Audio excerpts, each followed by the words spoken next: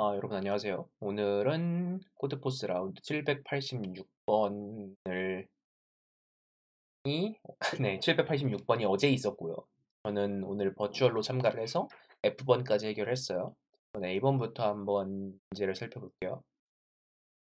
오늘 라운드 같은 경우에는 좀 뭐 평범한 디비전 3셋 같은 그런 문제들을 위주로 있었는데, 근데 문제 2에서 좀 이 푼 사람 수를 보시면 짐작할 수 있을 것 같은 좀 심각한 문제가 있었어요.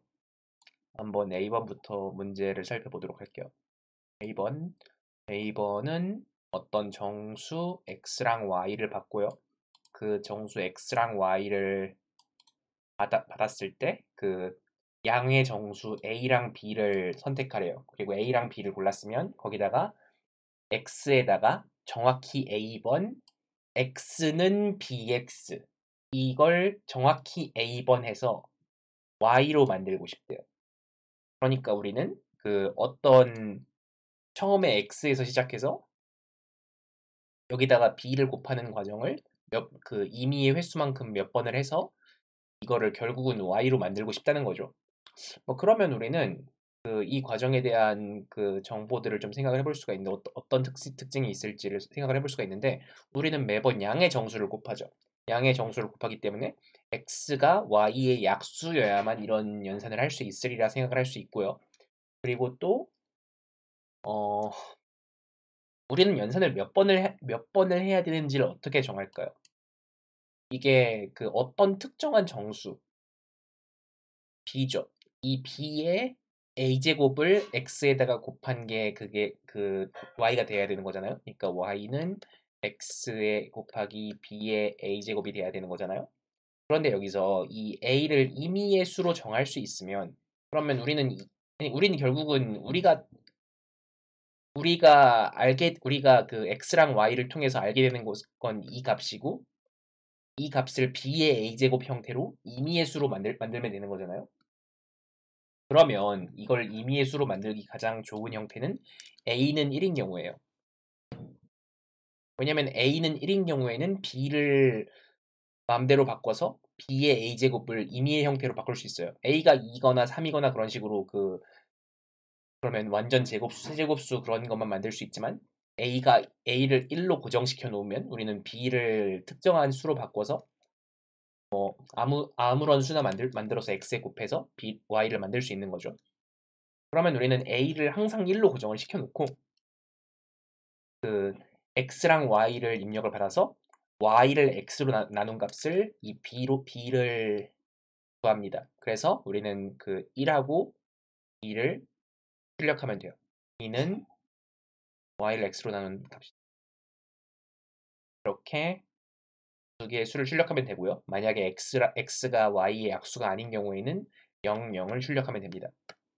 이렇게 A번 문제를 풀 수 있고요. 약간 A번 문제, 디비전 3의 A번 문제 중에선 조금 어려운 편이라고 볼 수 있겠네요. 실제로 B번 문제랑 푼 사람 수가 비슷하고요. 그래서 여기까지 A번 문제였고요. 그리고 배수 약수 관계가 아닌 경우에는 그 A를 통해서 B를 만들 수 없겠죠. 그런 경우에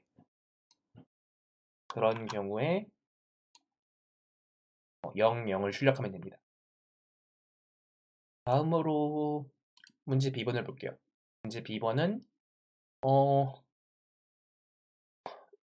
두 개 글자로 되어 있는, 그리고 두 개 글자로 되어 있고 그 두 글자가 서로 다른 그런 모든 단어가 들어있는 사전을 만든대요. 그런 단어는 그 알파벳이 A부터 Z까지 26개고, 그리고 자기랑 같은 거, 완전히 같은 거, AA, BB, CC 이런 걸 다 빼면 총 650가지가 됩니다. 25 곱하기 26이죠. 그래서 이 650개의 단어를 전부 나열해 놨을 때, 이때 어떤 단어가 들어오면 그 나열된 것들 중에 몇 번째인가를 출력하는 문제인데요. 이 문제 같은 경우에는 그 모든 단어를 순서대로 넣어놓고 거기서 출력을 하는 수도 있고, 아니면 그 단어가 몇 번째인지를 앞쪽 글자랑 뒤쪽 글자가 뭔지를 각각을 통해서 몇 번째쯤에 있겠다를 통해서 직접 계산해서 찾을 수도 있고요. 아니면 뭐 사전을 만들어 놓고 바이너리 서치를 해도 되고, 아니면 되게 여러 가지 방법이 있어요. 그래서 여러분이 각자 편하신 방법대로 사전을 구현을 해서 그거를 출력하는 프로그램을 짜면 됩니다. 저 같은 경우에는 이거를 가능한 단어를 전부 이중 포문을 통해서 어떤 맵에다가 집어넣어 놓고요. 그러니까 맵이라는 건 자동으로 정렬이 되는 자료 구조죠. 맵에 넣으면서 몇 번째로 넣은 값인지를 맵에다 기록을 합니다. 그렇게 해놓고 나중에 입력이 들어오면 그 입력 들어온 값이 맵에 몇 번째로 들어간 데이터인지 맵에 들어있겠죠. 그거를 가져와서 출력하는 식으로 저는 해결을 했어요. 거기 이외에도 뭐 이걸 1차원 배열에 쭉 넣은 다음에 찾는 수도 있고, 뭐 바이너리 서치를 하지 않아도 테스트 케이스의 개수가 얼마 안 되기 때문에 이거를 선형 탐색을 해도 큰 문제 없이 풀 수 있습니다. B번이 이런 문제였고요.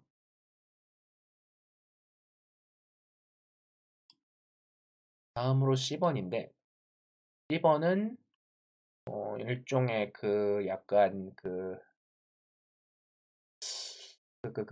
계산 이론 같은 수업을 들으면 자주 보게 되는 그런 스타일인데, 어떤 A로만 되어 있는 스트링 S가 있고, 그리고 스트링 T가 있는데, 여기서 A를 스트링 S에 있는 임의의 A를 스트링 T로 치환한대요. 그래서 우리는 이 치환 연산을 0번 이상 임의의 횟수만큼 했을 때 얼마나 많은 스트링을 얻을 수 있는가. 그러니까 얻을 수 있는 스트링이 총 몇 가지인가를 출력하는 게 문제인데요. 일단 여기서는 S의 길이가 50, T의 길이가 50까지라는 제한이 있어요. 그러니까 답이 어느 정도로 나오는지에 대한 제한인 거죠. 우리는 여기 998244353으로 나눈 나머지를 구해라 이런 얘기가 없고, 답의 상한이 어느 정도인지 알 수 있도록 이렇게 S랑 T의 길이가 정해져 있어요. 그럼 우리는 이걸 어떻게 치환을 하면 되는가를 생각을 해봐야 되겠는데, 여기 이렇게 예시로 들어오는 인풋을 한번 보죠. 그거를 보면 예를 들어서 첫 번째 AAAA 같은 경우에는 A를 A로 바꿀 수 있어요. 그러면 안 바뀌죠. 그러니까 A를 A로 바뀌면 항상 그대로죠. 그렇기 때문에 우리는 AAAA 딱 한 가지밖에 얻을 수 없다라는 결론이 나와요. 그러니까 우리는 이걸 통해서 알 수 있는 게 뭐냐면 T가 A 한 글자면 여기서 한 글자를 바꾸는 연산이 아무런 일도 하지 않기 때문에 딱 한 가지가 나온다 라는 게 나오고요. 그리고 A를 ABC로 바꾸면 그러면 이 A가 ABC가 되고 이 A를 또 ABC로 바꿀 수 있고, 이런 식으로 우리는 정말로 임의의 횟수만큼 A를 ABC로 바꿔서 아무런 스트링으로도 만들 수 있어요. 그렇다는 건 우리는 이 원래 스트링에 있는 A를 바꿨을 때 또 A가 있으면, 그러니까 이 바꿔서 나온 거에 또 A가 있으면, 그러면 이게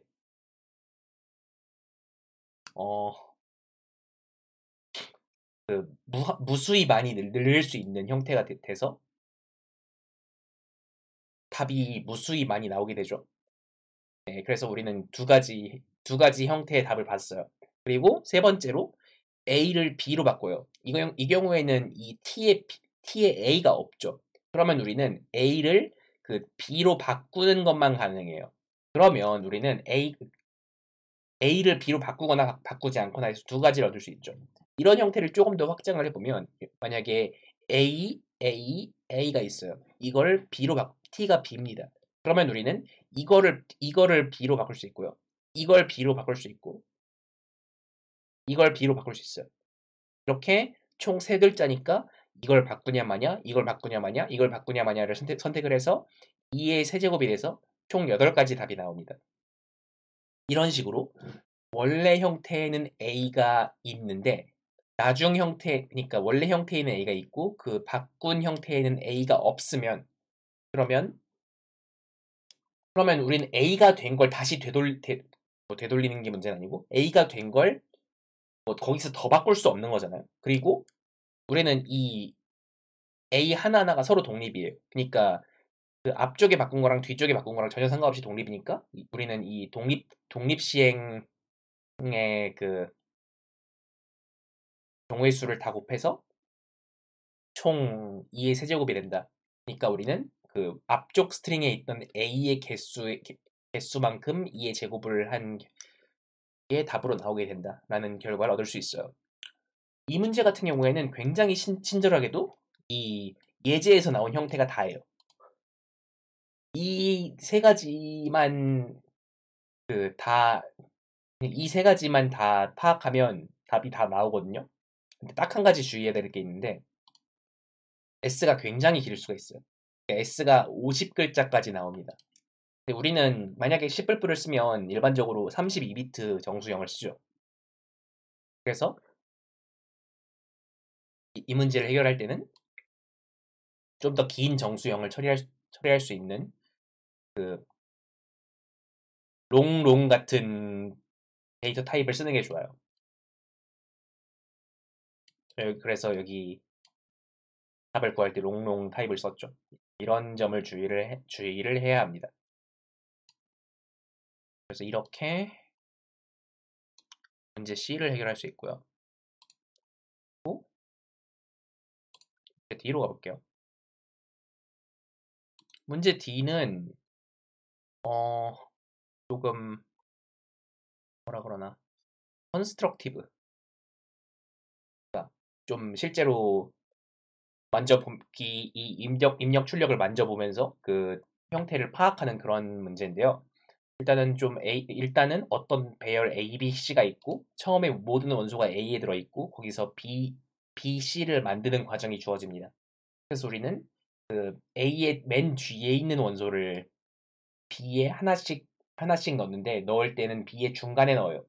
그러니까 B의 중간에 넣을 때 그 중간이라는 게 애매할 때가 있죠. 그러니까 홀수계면 그 중간 중에 왼쪽에 넣을지 오른쪽에 넣을지를 선택해서 넣습니다. 그리고 그러니까 A에 있는 걸 다 B에 넣은 다음에는 B에 있는 걸 C에다가 넣어요.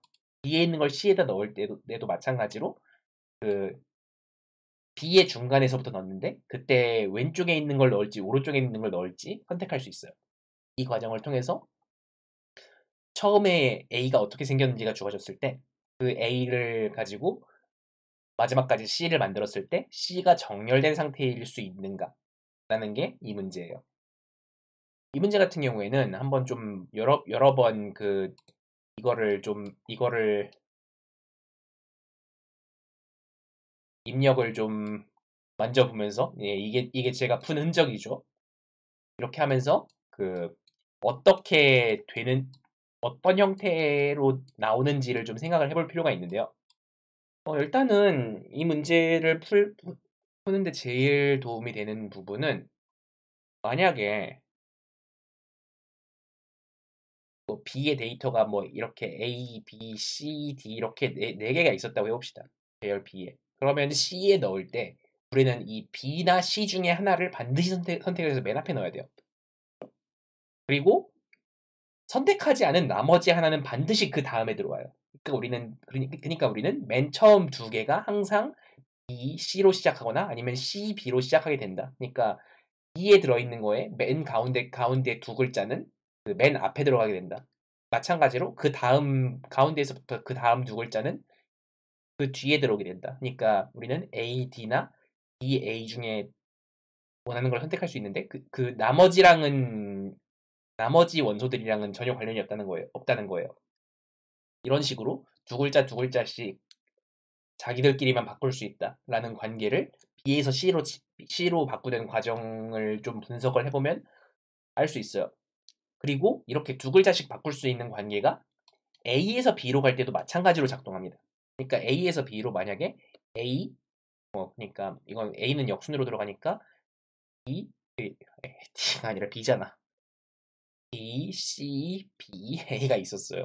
그럼 이거를 한 글자씩 넣으면 A가 먼저 들어가고 그리고 B를 왼쪽에 넣어서 B, A로 만들 수 있고 A, B로 만들 수도 있는데 그 다음에 들어오는 글자는 반드시 그 사이에 들어오기 때문에 오른쪽 끝이랑 왼쪽 끝은 맨 마지막 두 글자가 되고 그 다음 끝은 그 다음 두 글자가 되는 식으로 이번에도 두 글자씩 들어오고 그 두 글자씩 바꿀 수 있다는 관계를 알 수 있어요. 그리고 그럼 홀수 글자이면 어떻게 되느냐라는 게 문제인데 홀수 글자면 우리는 맨 처음에 C에 넣을 때는 가운데에 있는 게 홀수 번째이기 때문에 무조건 맨 앞에 한 글자가 C에 맨 앞에 들어가게 되고요.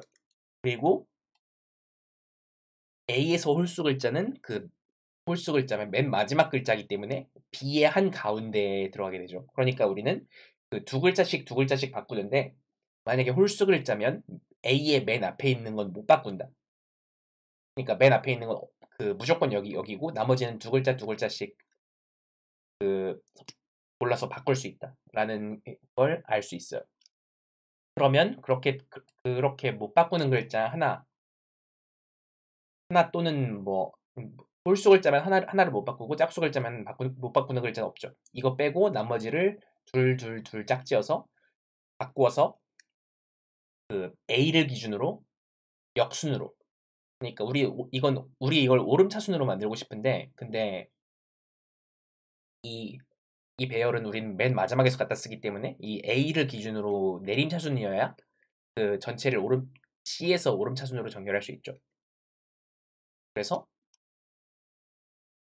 이렇게 A를 기준으로 맨 앞 글자 한 글자 빼고 두 글자씩 원하는 대로 바꿔서 내림차순으로 만들 수 있으면 yes, 아니면 no를 출력하면 됩니다.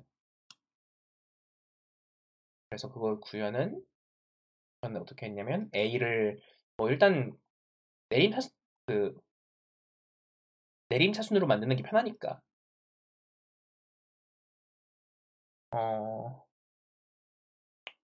전 A를 한번 뒤집어서 했어요. 어,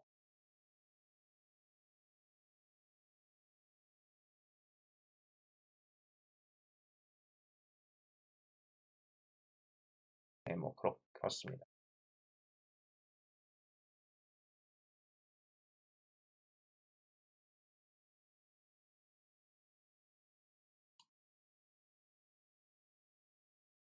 이렇게 문제를 풀 수 있고요. 그러니까 왜 A를 뒤집었냐면 홀수 번째 값이 마지막 끝에 있는 게 맨 앞 끝에 있는 것보다 다루기 편하거든요.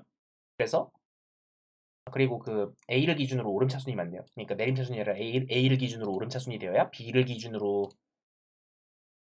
섞였다가 다시 C로 갈 때 오름차순으로 만들 수 있게 되네요. 네, 그렇게 되는 게 맞습니다. 이렇게 이제 D번을 해결할 수 있고요.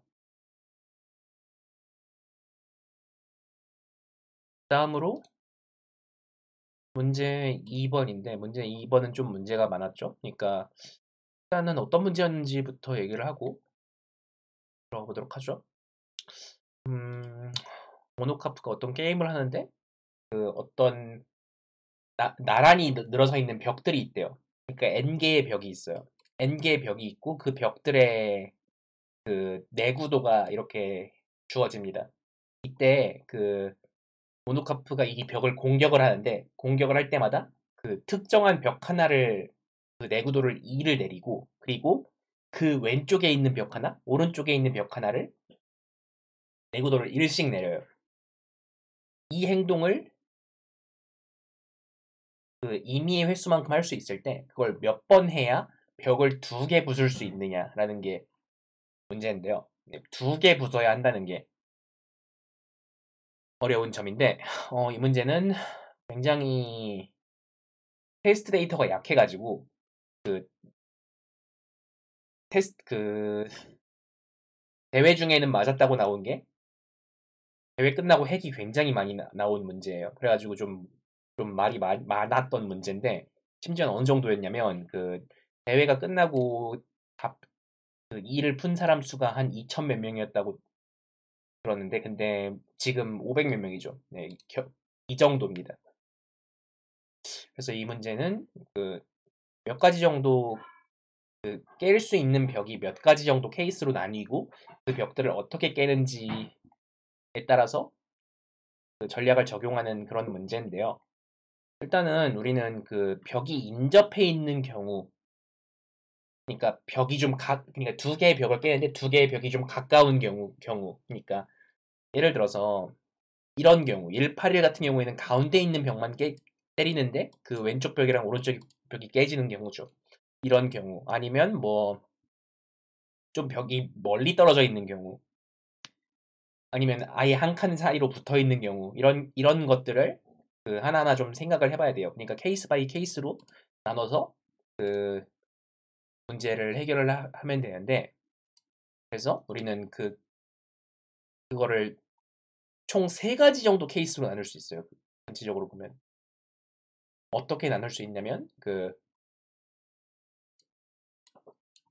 벽이 이렇게 서로 붙어 있는 경우가 있고요. 그리고 이렇게 가운데 하나가 있는 경우가 있고요.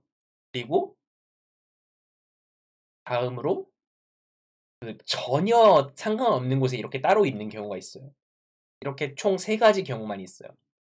그 이외의 경우 같은 경우에는 한쪽 벽에 영향을 미치면서 그 다른 쪽 벽에도 영향을 미칠 수가 없어요. 이렇게 두 칸 이상 다른 벽이 있으면 한쪽 벽에만 피해를 주면서, 한쪽 벽에 피해를 주면 다른 쪽엔 그 피해를 못 주기 때문에 무조건 이런 경우로 분류가 됩니다. 이렇게 멀리 떨어진 경우로. 그래서 우리는 붙어 있는 경우, 한 칸 떨어진 경우, 그리고 그거보다 많이 떨어진 경우로 이렇게 케이스를 나눠서 답을 구할 수 있고요. 그래서 그 각각에 대해서 계산을 하면 되는데, 이걸 하나하나 해보면 뭐가 제일 복잡하냐면요. 한 칸 떨어진 걸 하는 게 제일 복잡해요. 그거 빼고 나머지부터 생각해 볼게요.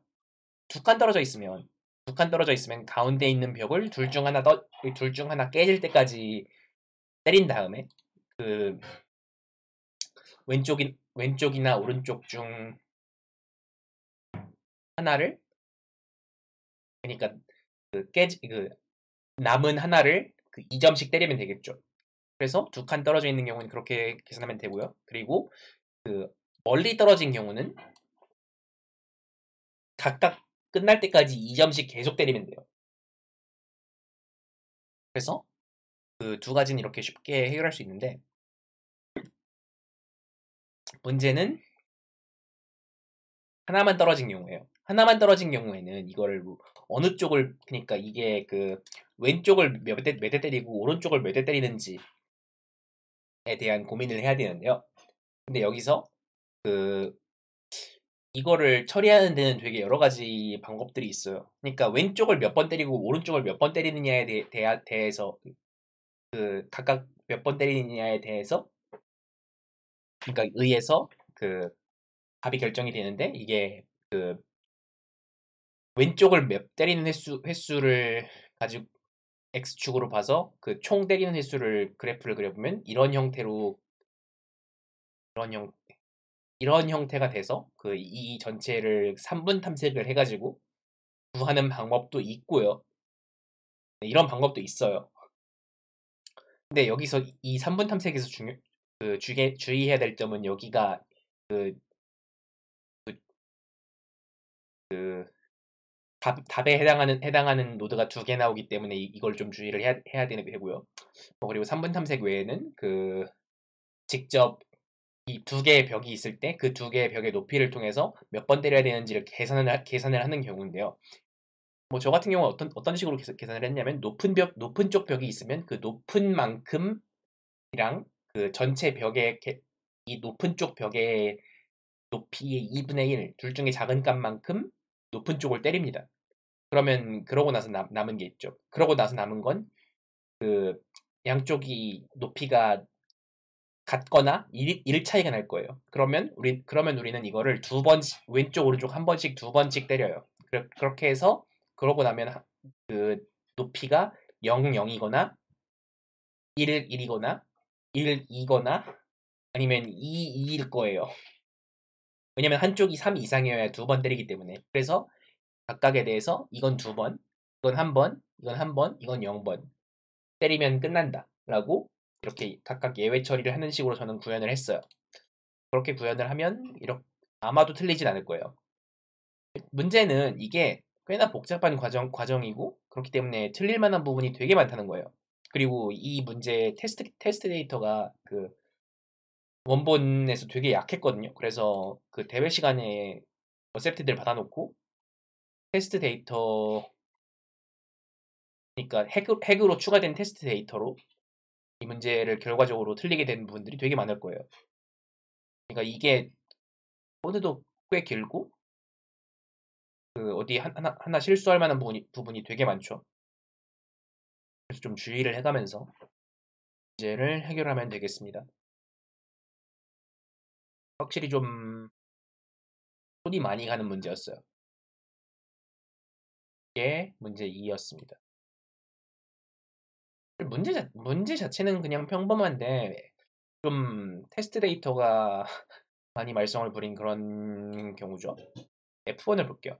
F1은 데스크탑, 그러니까 컴퓨터 바탕화면을 정돈을 하려고 한대요. 근데 컴퓨터 바탕화면 윈도우즈에서 바탕화면을 보면은 그 아이콘이 이런 순서대로 이런 순서대로 쌓이죠. 그래서 이렇게 항상 가장 왼쪽부터 채우고 왼쪽이면 위쪽부터 채우는 식으로 이렇게 바탕화면을 정리를 하고 싶대요.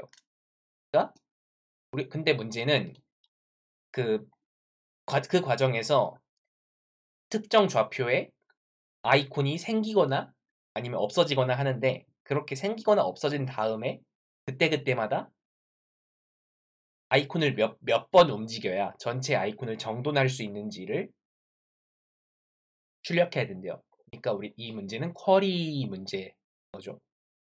그래서 우린 1000 곱하기 1000짜리 바탕화면이 있고 쿼리가 20만 개까지 들어옵니다.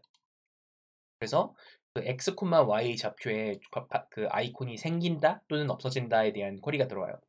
그때마다 그 아이콘을 움직여야 하는 횟수를 출력하면 되는데요. 일단 이 문제 같은 경우에는 약 한번 좌표 반전을 한번 해야 돼요. 왜냐면 입력은 왼쪽에서 그러니까 위에서 아래로 입력이 들어오는데 그 아이콘은 왼쪽에서 오른쪽으로 채워야 되기 때문에 그러니까 세로줄부터 채워야 되는 거거든요. 그래서 이거를 한번 Y 좌표를 한번 뒤집는 게 필요하고요. 그리고 그 입력 그 이후에 쿼리 들어오는 것도 그거에 대한 처리를 해줘야 되죠. 네, 그런 좀 번거로운 점이 있고요. 일단 한번 처리를 한 다음에는 이 문제를 좀 다시 생각을 해보면 우리는 어떤 성질을 알 수 있냐면 이게 그 어떤 뭐 1, 2, 3, 4, 5, 6, 7, 8, 9 이런 식으로 그 칸들의 번호를 매길 수 있잖아요. 근데 이게 그 실제로 이 좌표 순서가 그냥 1, 2, 3, 4, 5, 6, 7, 8, 9 이렇게 해놓고 정돈하는 거랑 위에 사각형 형태로 정돈하는 거랑 똑같다는 거예요. 그러니까 어차피 그 우선순위가 앞에서부터인 게 똑같다는 거죠. 그래서 우리는 항상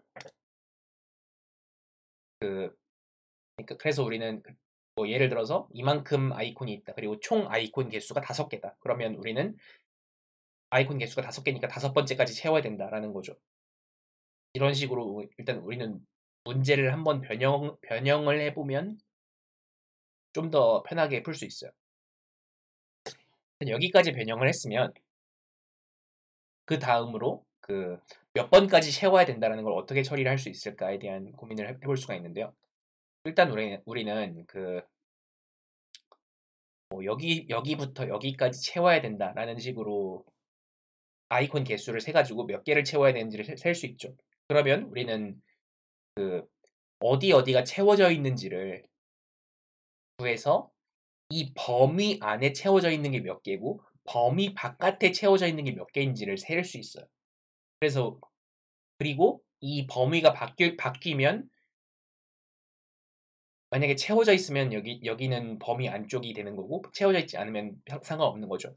이렇게 몇 개의 아이콘이 범위 밖에 있고 몇 개의 아이콘이 범위 안에 있는지를 셉니다. 그리고 뭔가 추가되거나 빠지거나 할 때마다 범위 밖에 있는 아이콘을 범위 안으로 몇 개를 넣어야 되는지만 세는 거예요. 이게 왜 가능하냐면 이 범위는 한 칸씩만 움직이죠. 그리고 한 칸씩만 움직이면서 우리는 한 칸 한 칸 움직일 때마다 그 해당하는 칸을 채워야 되는지 채우지 말아야 되는지를 그때그때 알 수 있죠. 그리고 그 차 있는 칸수에서 전체 칸수에서 차 있는 칸수를 빼면 그 여기 채워야 되는 칸수가 되고 그 채워야 되는 칸수는 범위 밖에 있는 아이콘 개수랑 항상 같다는 거를 이용할 수 있는 거예요. 이렇게 해서 우리는 뭔가 쿼리가 들어올 때마다 이 범위를 한 칸씩만 움직이고 그 한 칸씩 움직일 때마다 몇 개를 움직여야 되는지를 그때그때 출력할 수 있어요. 그렇게 해서 F번 문제를 그렇게 해서 풀 수 있는데요. 약간 좌표 반전이라든가 좀 번거로운 부분들이 좀 있는 문제예요.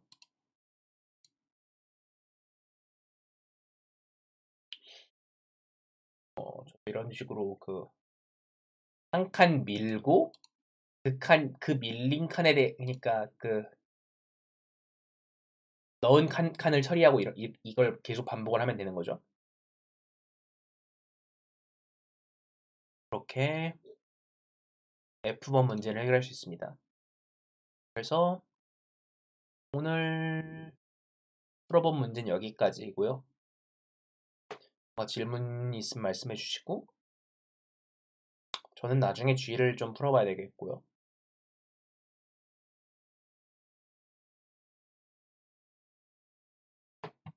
그러면 여기까지 하겠습니다.